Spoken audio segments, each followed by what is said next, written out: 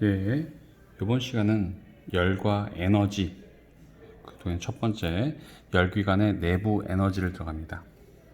학습 목표로는 열기관이 외부와 열과 일을 주고받아 열기관의 내부 에너지가 변화됨을 사례를 들어 설명할 수 있다라고 하는 겁니다.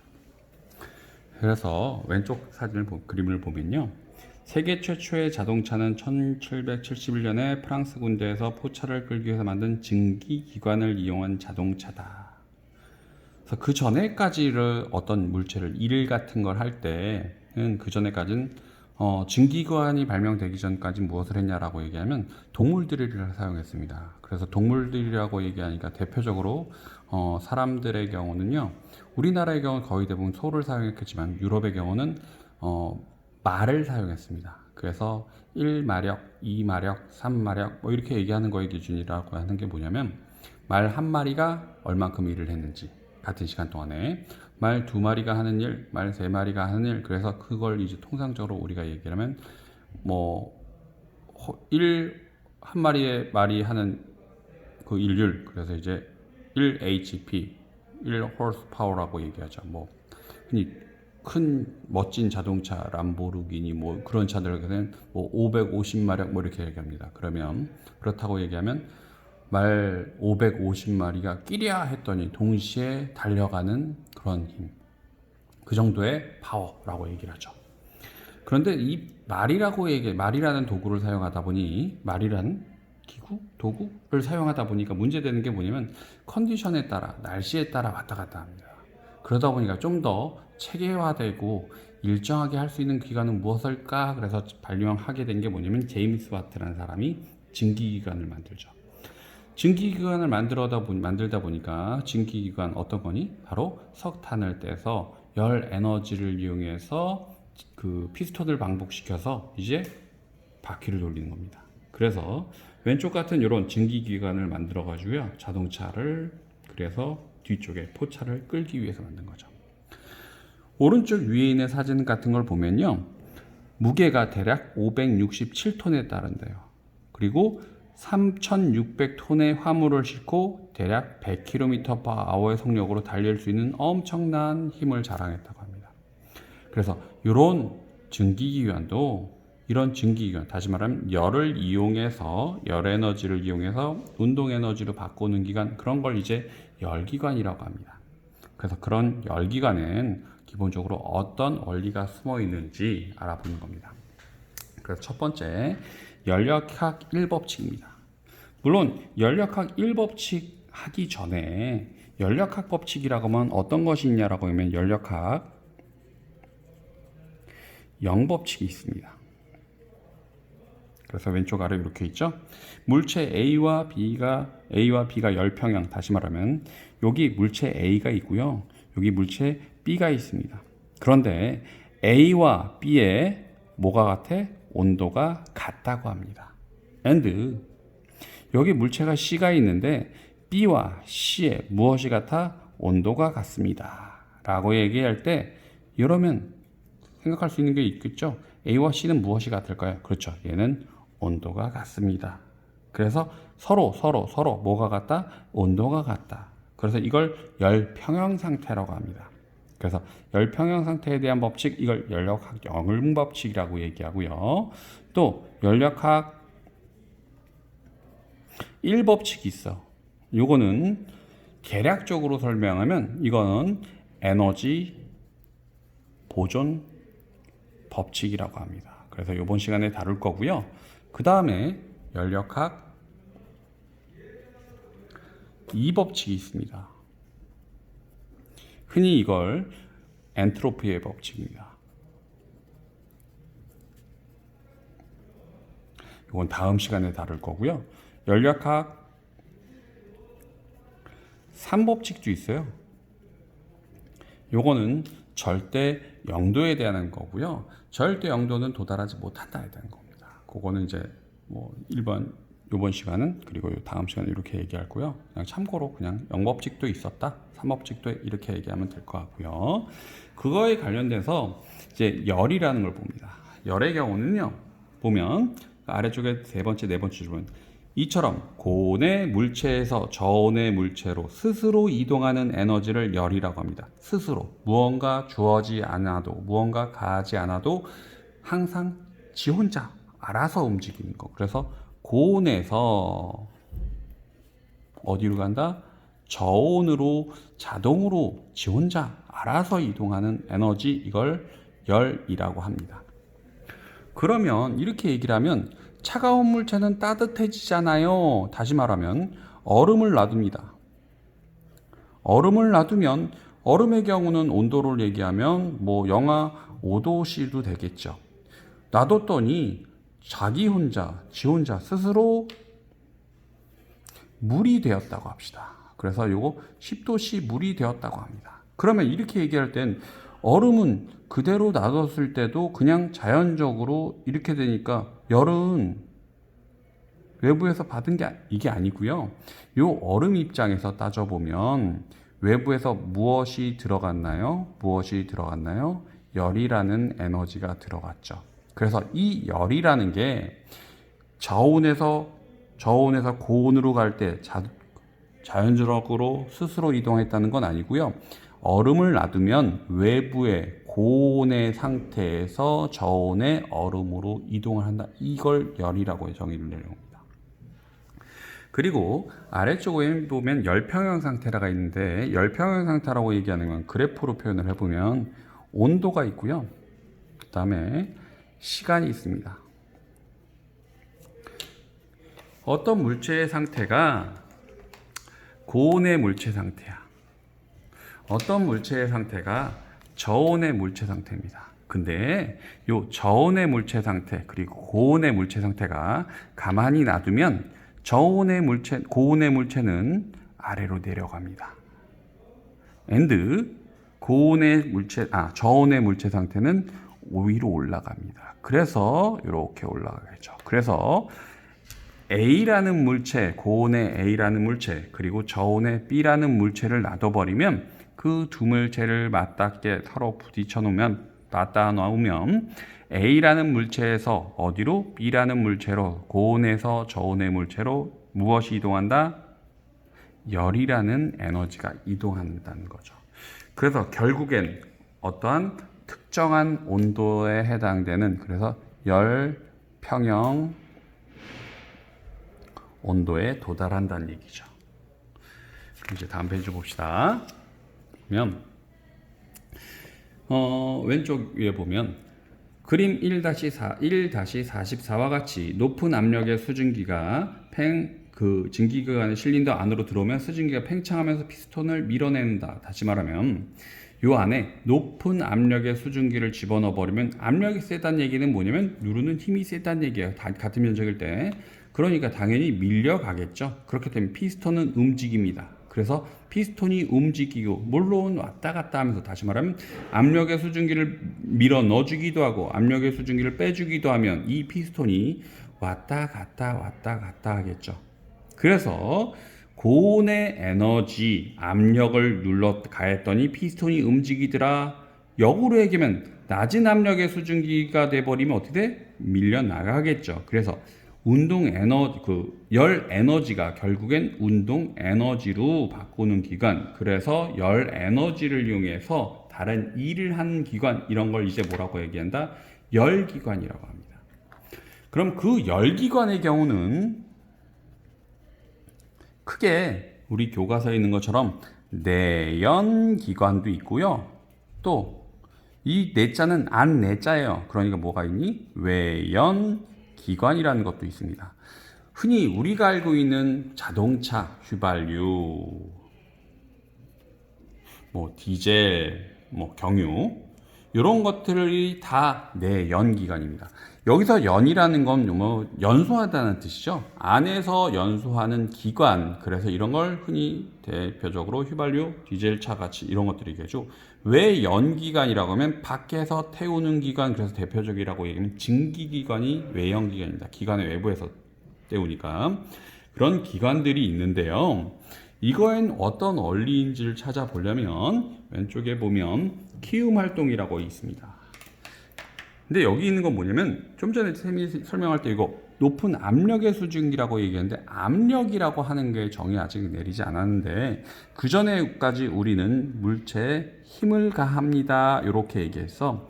근데 이 힘을 가하게 되면 힘에 대한 법칙 우리 알고 있는 거 뭐니? F는 ma라고 하죠. 그래서 질량을 가진 물체에 힘을 가하게 되면 그 물체는 뭐 한다? 속도가 변한다. 가속도 운동을 한다라고 얘기했습니다. 그런데 문제는 뭐냐면 질량을 가졌다는 얘기는 뭐냐면 어느 정도 정형화된 형태가 있다는 얘기입니다.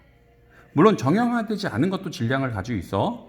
대표적으로 물도 있고요. 기체도 질량이 있습니다. 그런데 그 형태가 있는 물질애들을 다시 말하면 고체의 경우는 그 물체가 그대로 정형화되어 있기 때문에 형태가 있기 때문에 어떤 물체의 질량이 있다 하면 힘을 가하게 되면 그 형태를 유지하면서 이동을 하겠죠.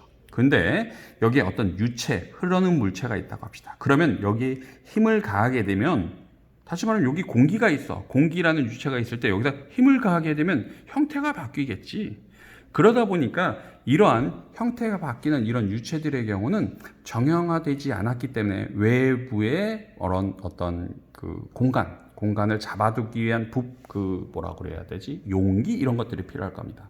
그래서 용기에 대한 부분이 좀 변합니다. 다시 말하면 어떤 물체에 힘을 가하게 하면 그 물체는 여기가 힘을 가하게 되면 이 힘을 가하는 부분 그 부분에 얼만큼 힘을 가했느냐에 따라 무언가 변합니다. 그래서 그 무언가 변하는 게 바로 뭐냐면 압력이라는 거죠.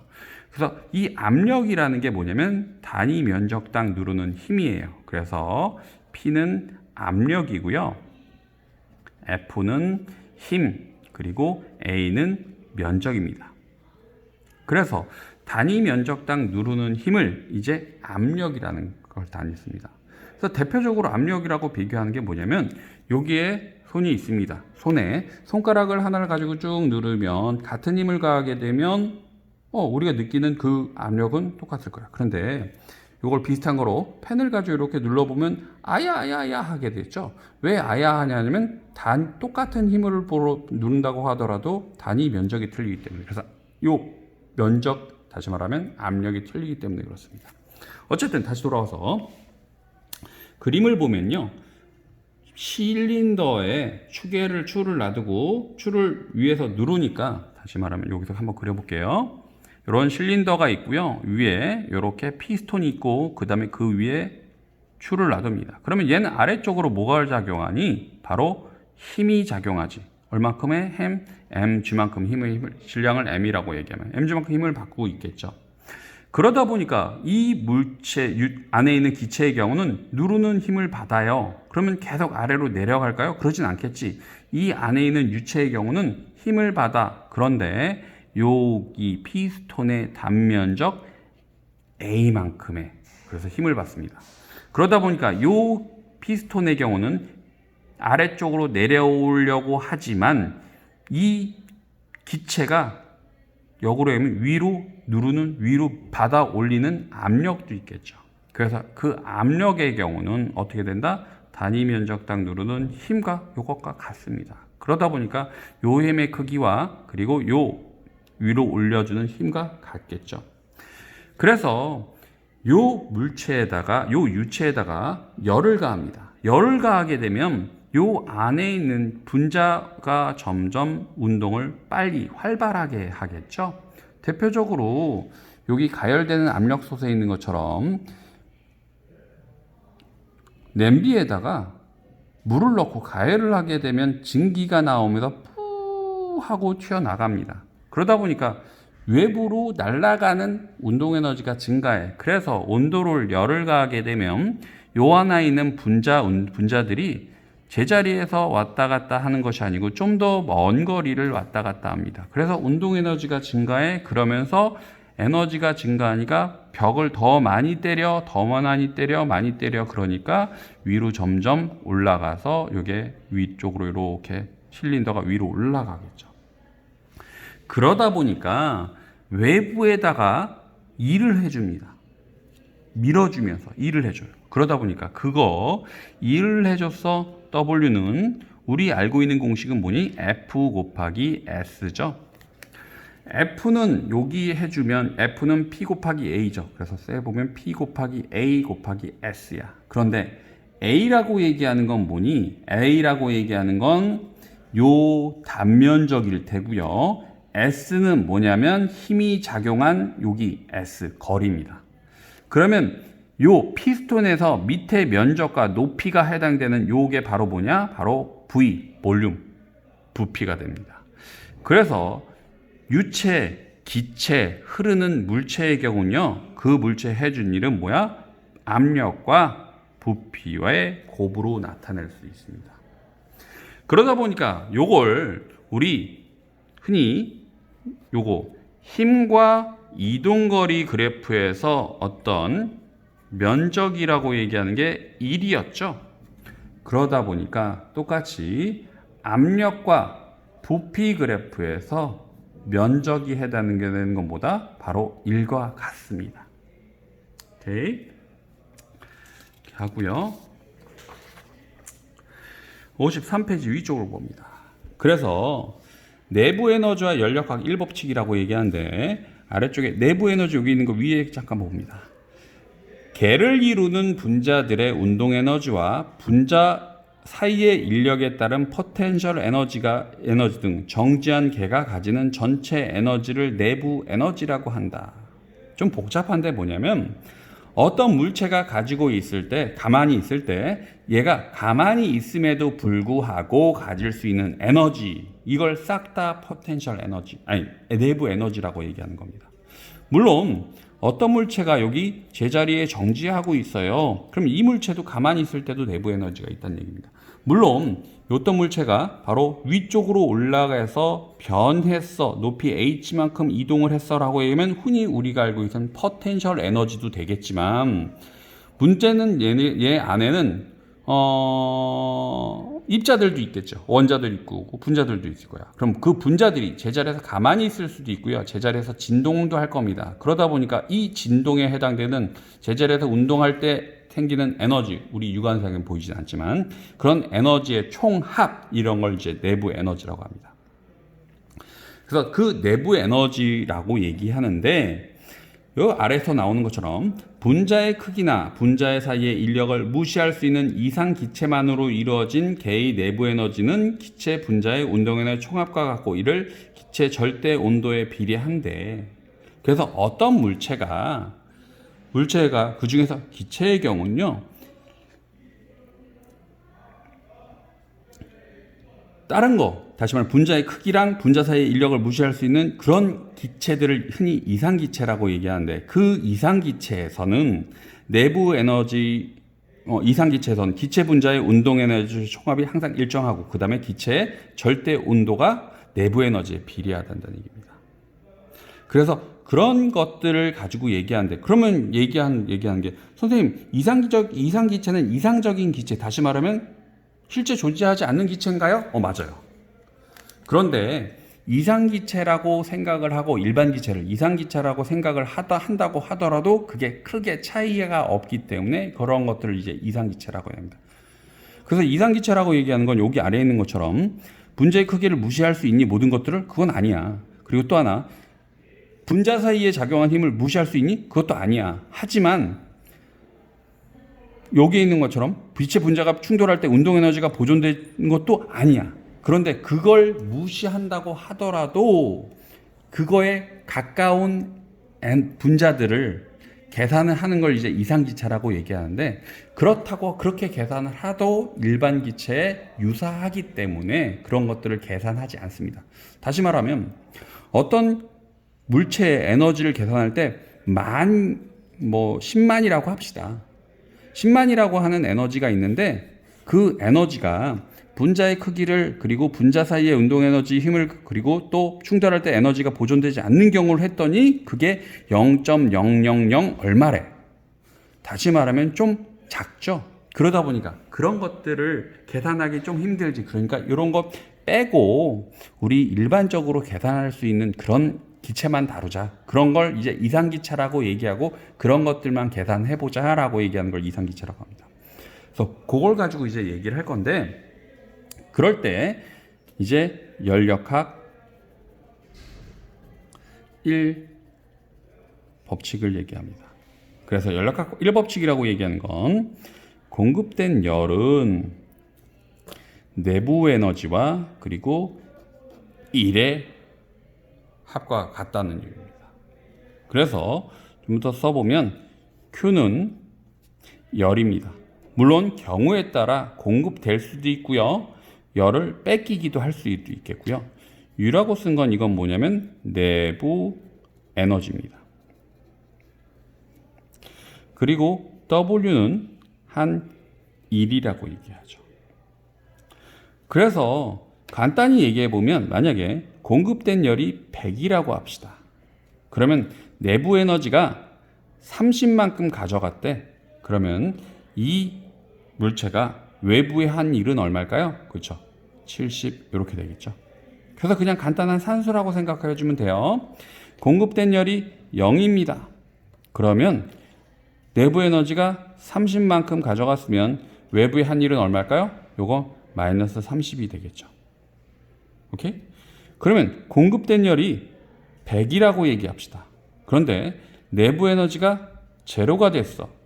그러면 외부에 한 일은 얼마일까? 100이 되겠죠.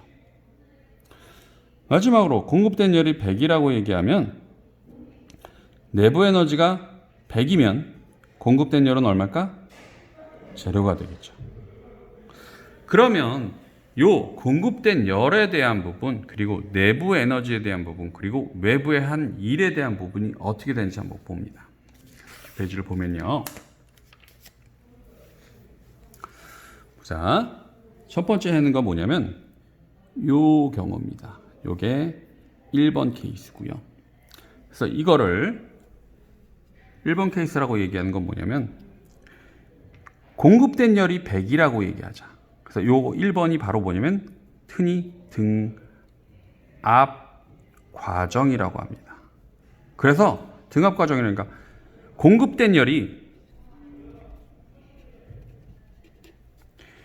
100만큼 있었대.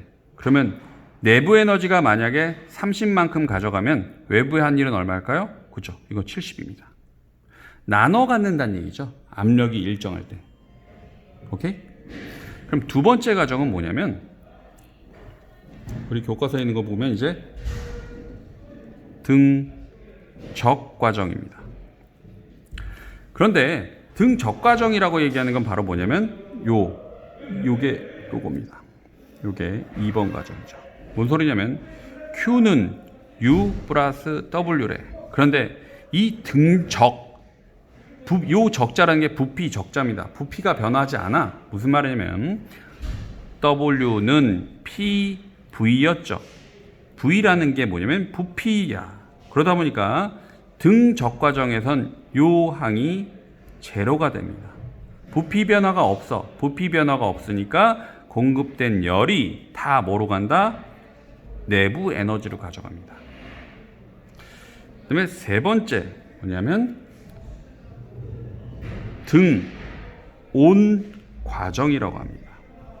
등온 과정이라고 얘기하는 게 바로 여기에 해당되는 거고요. 그래서 뭐냐면 공급된 열은 내부 에너지와 그리고 일로 가는데 등온 뭐가 일정해? 온도 일정합니다. 이렇게 했으니까 요거 뭐냐면 부피 일정. 요거는 이제 압력 일정 이렇게 되겠지. 온도가 일정한데 그래서 요 내부 에너지라고 얘기하는 건 뭐냐면 어떤 이상기체의 경우는 내 가지고 그 분자가 가지고 있는 물체가 가지고 있는 총 에너지의 합이 일정하다는 거죠. 그런데 요 내부 에너지는 무엇에 비례하냐면 기체 분자의 운동 에너지의 합과 비례하고 또 뭐냐면 온도에 비례해. 그러다 보니까 온도가 비례한 내부 에너지가 비례한데 등온 과정이니까 요 값이 얼마가 된다? 제로가 됩니다. 그러다 보니까 공급된 열은 뭐가 돼? 100% 다 외부의 한 1이 되는 거죠. 그 다음에 마지막 과정이 뭐냐면 단열 과정입니다. 그래서 이건 뭐냐면 공급된 열이 어떤 과정이니? 요거겠죠. 그래서 요 과정입니다. 그래서 이걸 써보면 공급된 열은 Q는 U 플러스 W인데 요게 제로니까 만약에 요게 30만큼 가져가면 얘는 어떻게 된다? 마이너스 30이 된다는 거죠. 그래서 요걸 그래프로 한번 표현해 볼게요. 그래서 P, V, 그래서 온도와 압력과 부피 그래프를 그리면 그래프는 어떻게 될 거냐면 요런 그래프 또 요런 그래프가 이렇게 그려질 거야. 그러면 한번 그릴게요. 요거 T1이라고 얘기하고 요거 T2라고 합시다. 그러면 어떤 거에 온도가 높냐면 T1에 높습니다. 좀 더 얘기해 보면, 왜냐하면 이걸 왜 그러냐면 압력과 부피의 곱은 온도에 비례합니다. 물론 조금 더 써보면 PV 이꼴 nRT, 이제 화학에서 나오는 건데요. 압력과 부피의 곱은 N 몰수와 그리고 R 상수고요. 그 다음에 T 온대, 절도의 온도에 비례합니다. 그러다 보니까 온도가 올라가면 위쪽 그래프가 됩니다. 그래서 요 안에서 첫 번째 등압 과정은 온도가 같을 때 요렇게 움직인 게 1번 등압 과정입니다. 그리고 등적 과정이라고 얘기하면 부피가 일정한 과정, 여기에서 요렇게 왔다 갔다 하는 과정, 2번 과정을 등온 과정이라고 하죠. 등적 과정. 등온 과정이라고 얘기하면 같은 온도 그래프일 때 요 사이를 요렇게 and 요 사이를 요렇게 갔다는 과정을 등온 과정이라고 합니다. 마지막 4번 단열 과정은 공급된 열 and 없고요. 요 사이에 없으니까 요렇게 대각선 아래로 요렇게 내려오는 걸 이제 4번 단열 과정이라고 하죠. 그래서 단열 과정이라고 얘기하는 건 아래 나온 것처럼 팬 현상 이런 것들이 이제 적용됩니다. 이번 시간은 여기까지 하겠습니다.